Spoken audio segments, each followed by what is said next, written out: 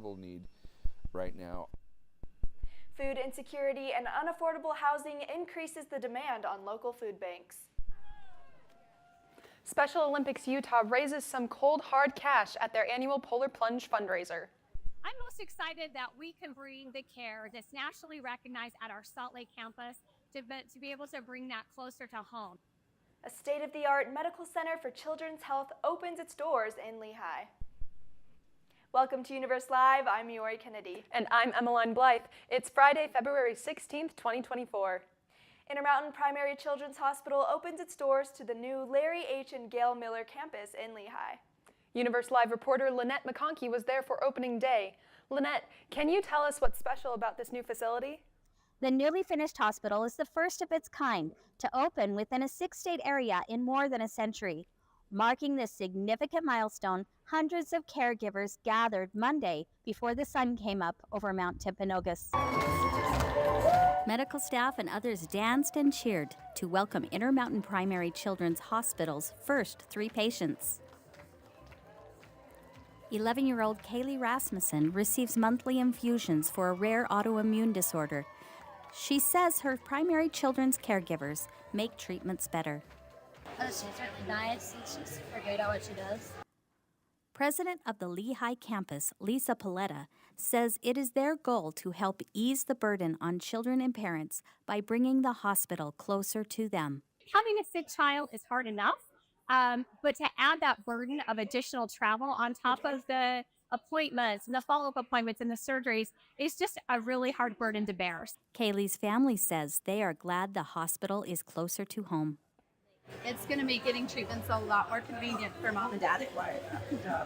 This hospital currently has fewer beds than the Salt Lake campus, but it is built for growth. The hospital that we're in today is actually built for 100 beds. So we'll open with 66, we'll have 34 shelled, and just as soon as we need that, we will open up the other beds. The new Lehigh campus provides nearly all the same services as the Salt Lake campus: trauma care, helipad, an infusion center, and other outpatient services.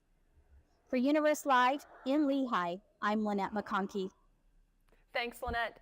Intermountain Healthcare says that the Larry H. and Gail Miller Family Campus in Lehigh is part of the Intermountain Health plan to create a national model for improving children's health. More people in Utah are having a tough time putting food on the table, especially with rising grocery prices and rent. Universe Live's Brian Barbara has more on one local nonprofit that is stepping up to help meet the growing demand for food assistance. The NGO has an emergency food program geared to help people who meet 200% of the federal poverty line or lower. We're seeing this incredible need right now. All pantries across Utah are seeing the same numbers, 50%, 60% greater need. I need to fill these cages with... Tom Hogan is the COO for Community Action Services and Food Bank located in Provo. Hogan says tackling hunger goes beyond the walls of this warehouse, as the increase in demand is causing a deficit in the food bank's stock. It's a collective effort that involves the whole community coming together to support those in need. Somebody's going to give me a couple bags of food, and I'm going to be able to get it into a household that doesn't have any. Hogan says the food pantry fulfills on average 5,000 orders per month, including 200 different households every day. Each household can visit twice a month. And we make that happen because of all of these wonderful partners and people. Visitors here have access to grains, canned goods, meats, frozen food, vegetables, fruits, eggs, milk, bread, and more food items. Volunteer Samantha Scroggin emphasizes that the scale of the issue demands an equally substantial solution. There's a lot more people in need than I thought there were. It takes a lot of people to come together. Hogan describes the food bank as a place where people who are in need intersect with those who can't help fulfill those needs. At its core, it's about a potential friend helping another potential friend. For Universe Live in Provo, I'm Brian Barba. Thanks, Brian. The pantry extends a warm welcome to those in need while also inviting people who can lend support to make a donation. Many students might be missing their four-legged friends back home. Pet adoption is nearly impossible for college students, but that doesn't mean you can't help the local animals in another way. The South Utah Valley Animal Shelter has volunteer opportunities to fill your animal-loving heart.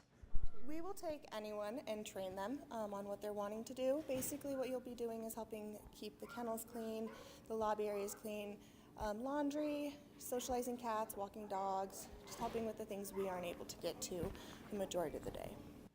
Specialized skills are also welcome at the shelter, such as photographers who can take high-quality photos of the animals to increase their chance of online adoption. If you are interested, visit suvas.org and fill out the form under the Volunteer tab.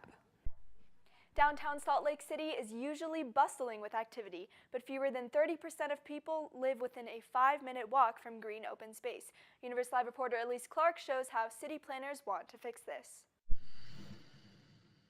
This is Elise Clark with Universe Live. I'm here at Liberty Park in downtown Salt Lake asking locals their thoughts about the city's plans to install a green loop. I would like to see more frequent green space, more interspersed green space, so that it's more easily accessible and I can just pop by and start walking around somewhere. People who live in Salt Lake City want more trails, parks, and green spaces to combat the noise and air pollution of urban living. The city began drawing up plans for the green loop last spring. It includes more trees, shade, walking paths, and natural spaces within the busy streets. It was while I was at BYU that I started going to parks a lot, and it was a hugely impactful social space. We would go out for picnics, or go journal, go press flowers and things, and I feel that those were some of my most beautiful experiences while there, building those relationships with people in those spaces. Incredibly calming, made me feel very alive and fresh, and gave me a lot more energy to do schoolwork throughout the week. The city says the green loop would offer several advantages: additional walking and biking routes, effective stormwater management, and an enhanced habitat for wildlife. I try to come a few times a week, maybe 3 or 4 times a week. I come to feed the squirrel. We're best friends right now. The city plans to release the green loop design for 200 East this spring. To keep up with the city's plans for the green loop, you can go to their website, www.slcgreenloop.com. Reporting from Daily Universe Live, I'm Elise Clark in Salt Lake City. Thanks, Elise. Special Olympics Utah is offering year-round sports training and athletic competitions for children and adults with intellectual disabilities. Universe Live reporter Nathan Beatler shows how the nonprofit is raising funds in a cold way. I'm here in Park City, Utah, where the Special Olympics Utah organization held their annual Polar Plunge fundraiser, where teams raise money and jump straight into freezing cold water. The temperature outside may have been in the mid-teens, but that did not stop dozens of people from going for a swim.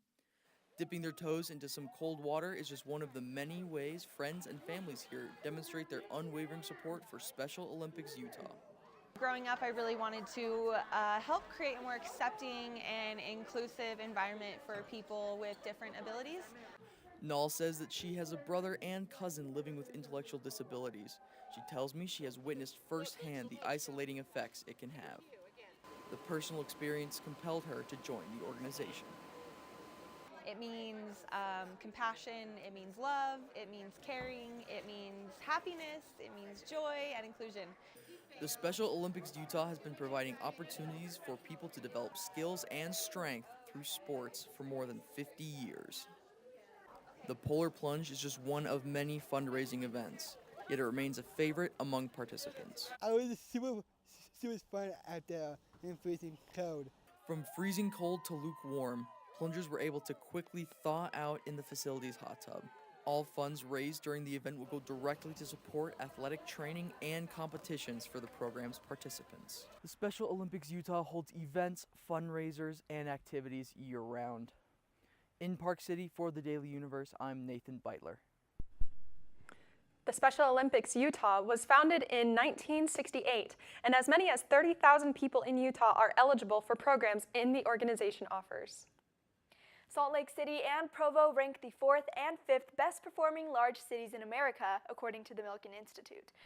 The Milken Institute used criteria including job growth, wage growth, high-tech GDP growth, households with broadband access, and community resilience. The top 3 spots went to Austin, Texas, Raleigh, North Carolina, and Boise, Idaho. St. George took 4th in the best performing small cities category, while 3 of the 4 remaining top 5 spots were given to Idaho towns.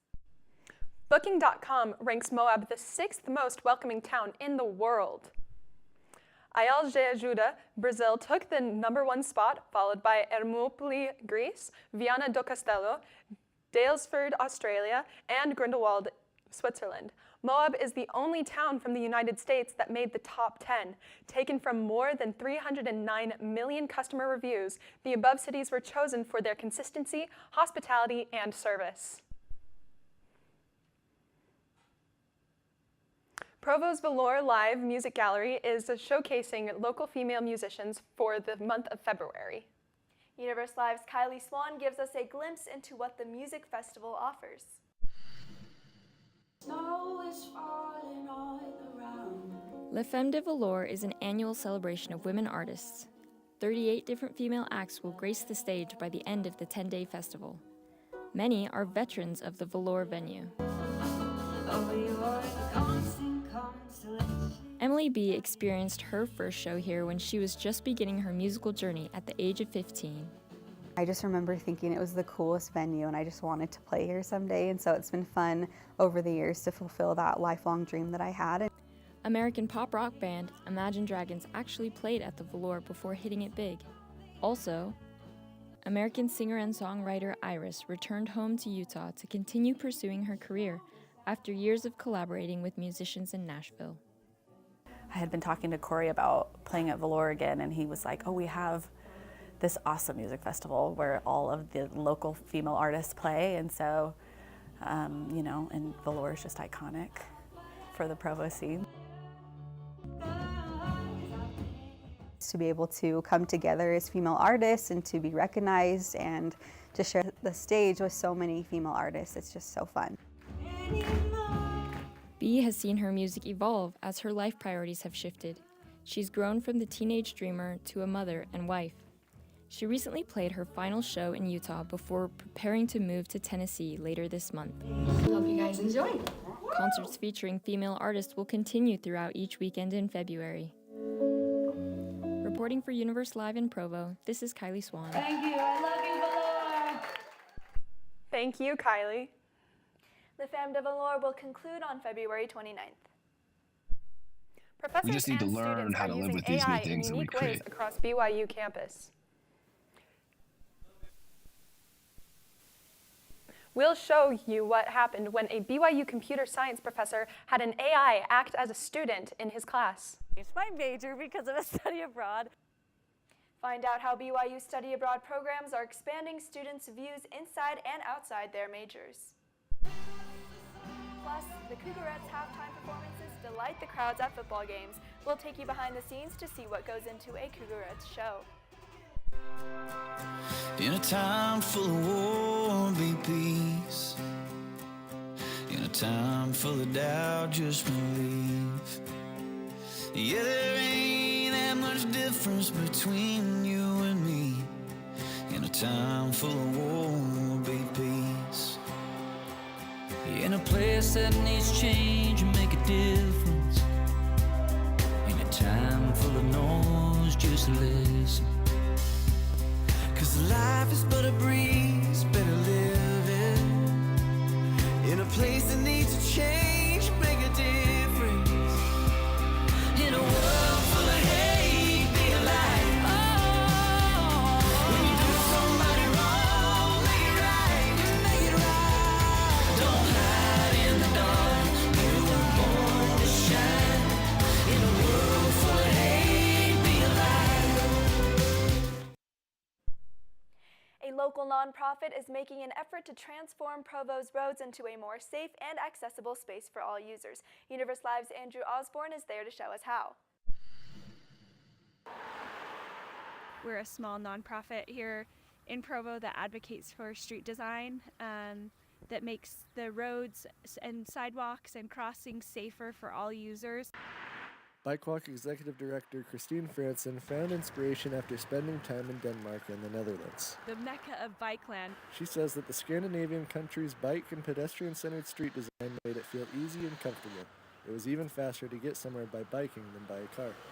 There's a high demand for it in Provo because we have such a high student population, And many students come without cars and need other options to get around. We're doing good, but we can do better.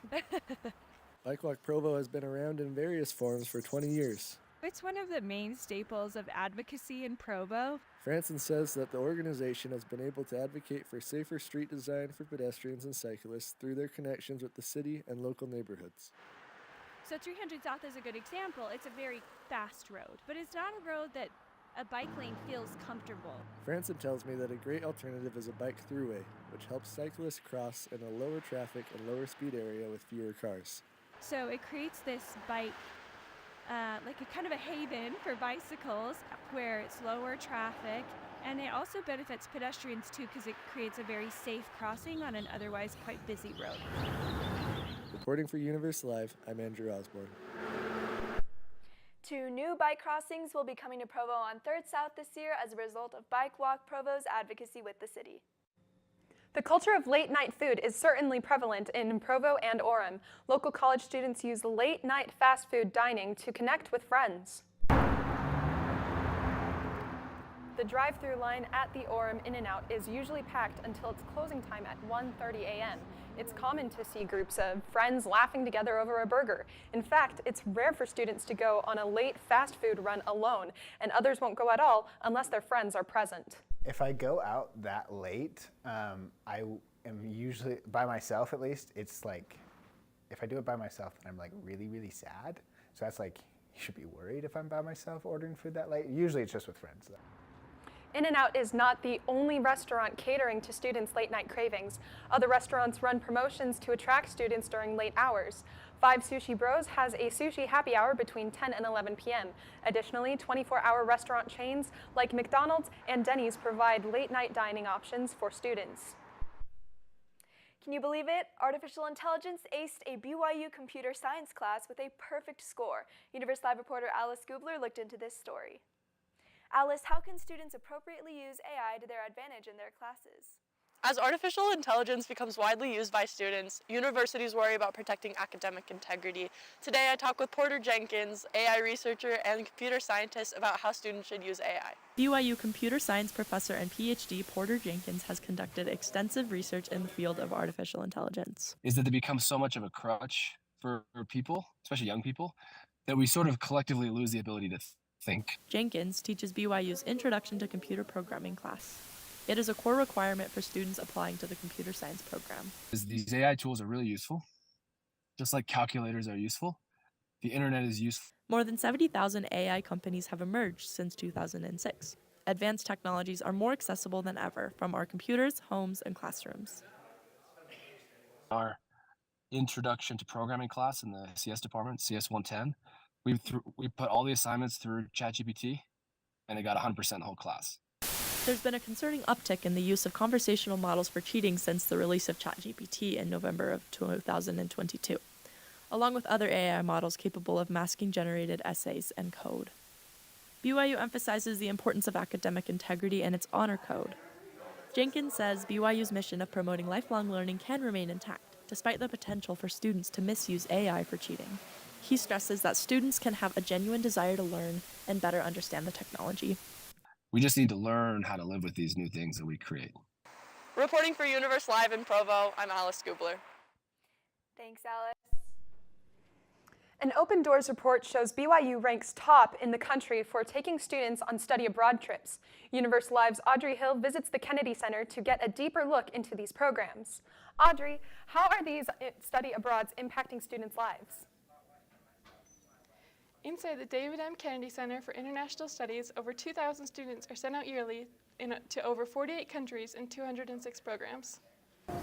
The David M. Kennedy Center for International Studies is a home base for all of BYU's study abroads, international internships, direct enrollment, and field school programs. Roughly 17% of BYU students have participated on a study abroad during their time at BYU. I don't want any BYU student graduating from this campus and not knowing that they could have gone on study abroad. I want everyone to know that it's an option. I changed my major because of a study abroad, and I study art history, and I found that passion through a study abroad. When we're studying art history, it's awesome to look at a painting on a screen, but being able to go and see it in person, you kind of feel the that much more of a passion and love for it. Study abroad programs can fulfill a variety of credit hours, including electives, general education classes, and classes within their respective majors. When a student comes in the door, it actually just gives me huge joy to be able to talk to that student and figure out how can we help them, where is it that they want to go. You might find a program that interests you in your major here at the Kennedy Center. On BYU campus for Universe Live, I'm Audrey Hill. BYU Speeches and Devotionals launched 2 new languages, French and Portuguese. This follows Japanese and Spanish, which were launched in 2023. The translation team is partnered with the BYU College of Humanities.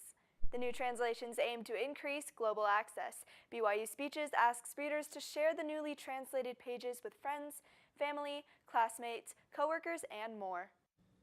The 24-time national champion BYU Cougarettes are once again captivating audiences away from BYU campus. Their most recent performance was at the Covey Center for the Arts in Provo, and Universe Live reporter Emma Butler-Price was there. I'm standing outside the Covey Center for the Arts in Provo, where BYU's Cougarettes are performing their yearly Cougarettes in concert. You've probably seen the Cougarettes' performances during halftime at BYU football games and basketball games alongside Cosmo. Witnessing the Cougarettes here in concert offers a slightly different experience.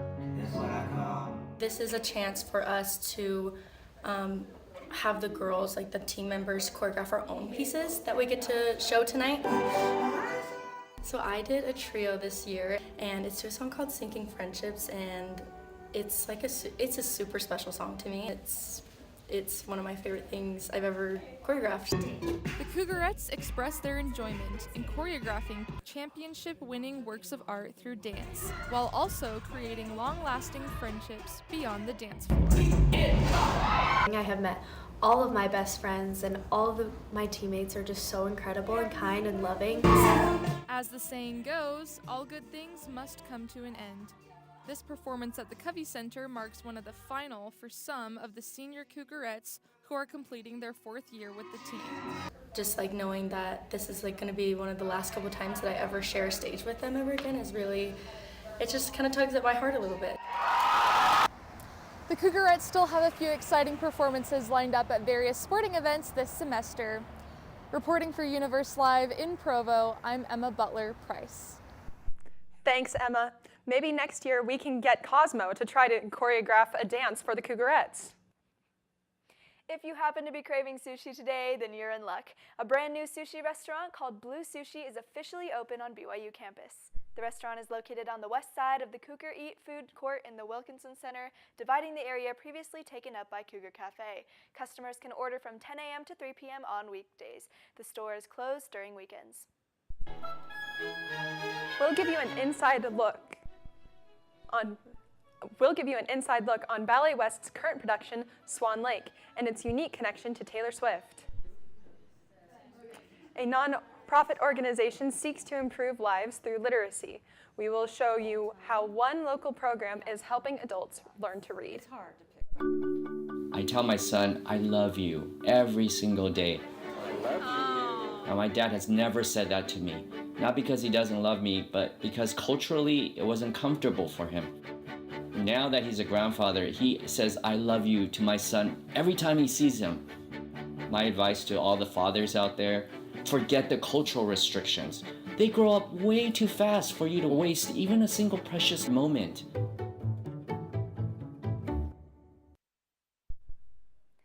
Swan Lake at Salt Lake City's Ballet West has drawn in unprecedented audiences this season. Universe Live reporter McKenna Schmidt has more about the show and its unique connection to none other than Taylor Swift.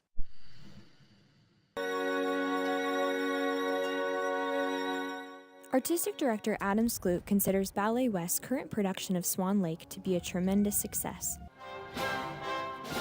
Right now is a time when people really want to be able to get out with their families, with their friends, with their loved ones, and go to the theater, experience something magical. And this production of Swan Lake is truly magical. Skloot says audiences seem to be ecstatic about the production.